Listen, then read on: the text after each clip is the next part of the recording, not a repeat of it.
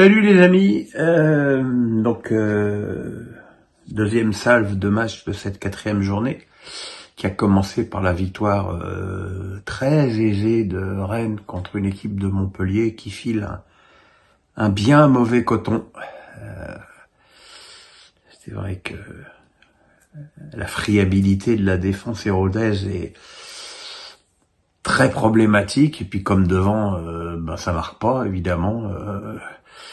Mais bon, une fois qu'on a dit ça, je pense qu'il est intolérable quand on est dans un club qui joue sa survie en Ligue 1 d'encaisser le premier but qu'a encaissé Montpellier avec ce coup franc de Blas que Grombeck pousse vers l'avant. Enfin, je sais pas, en U12, c'est pas possible de marquer un but comme ça. Donc forcément, quand tu encaisses le premier but sur une action aussi ridicule, ça te met dans de mauvaises dispositions. Et puis derrière, Kalimundo a marqué de la tête avant que Grondbach, qui est un joli petit joueur, pas inintéressant, donne 3 buts d'avance à une équipe de Rennes qui se replace au classement avec ses 6 points. Maintenant, il faudra aussi juger les Rennais contre une opposition de meilleure qualité. Les matchs de 17h, Nantes a rechuté, comme avant, j'ai envie de dire, à la Beaujoire, en se faisant battre par Reims, mais les circonstances ne sont pas les mêmes que celles de l'année dernière, où il y avait une sorte d'infirmité catastrophique de la part des Nantais à produire quoi que ce soit sur leur pelouse. Là, vraiment, les Nantais ont fait même une bonne deuxième mi-temps. Ils ont poussé, ils avaient ouvert le score par Augusto. Mounetzi a égalisé assez rapidement, et c'est Nakamura, qui ne fait donc pas que chanter, qui a donné la victoire à Reims, mais pas d'affolement pour les Nantais qui ont fait plutôt un bon début de saison.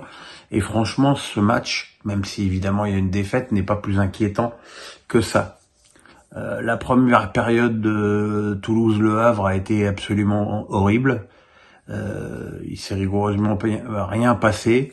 Et puis les Toulousains qui, comme la saison dernière, font un début de saison un peu flou, ont quand même réussi à augmenter le rythme, et ils ont ouvert le score sur un joli lob de Babika avant que Boho, d'une jolie frappe, donne une victoire finalement assez confortable aux Toulousains. Strasbourg a perdu 2 points à domicile contre Angers. Pourtant la première période était pas extraordinaire des Alsaciens. Et puis Nanassi a ouvert le score sur un très joli but avec une bonne combinaison avec Bakwa. Puis derrière, les Alsaciens ont eu beaucoup d'occasions. Il y avait déjà eu un duel des mégas.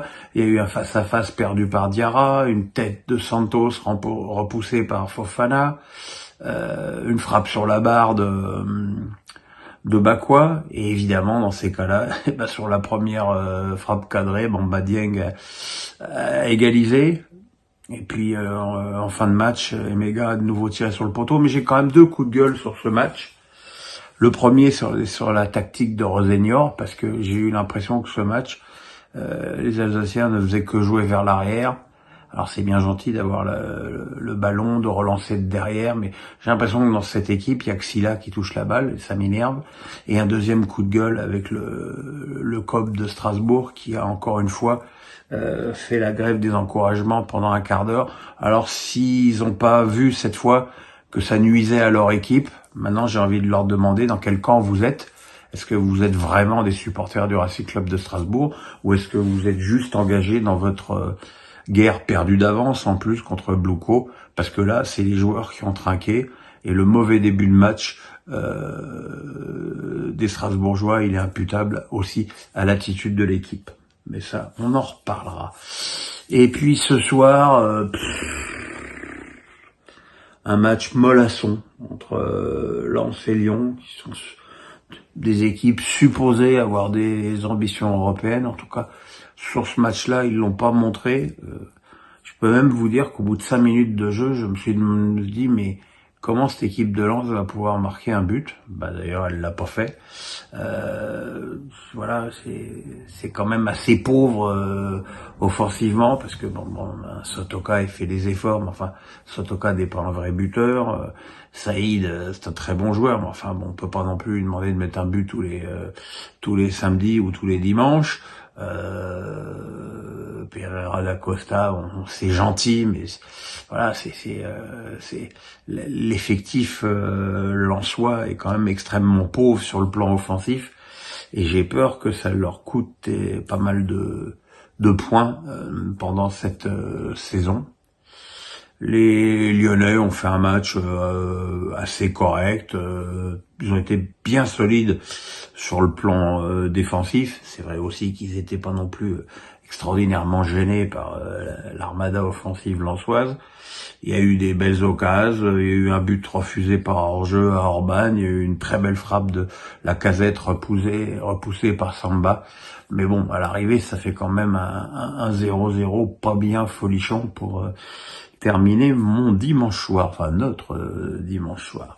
Voilà mes amis, demain face à Pierrot. En attendant, le pouce, la cloche, on s'abonne. Passez une bonne nuit, à demain, bye bye.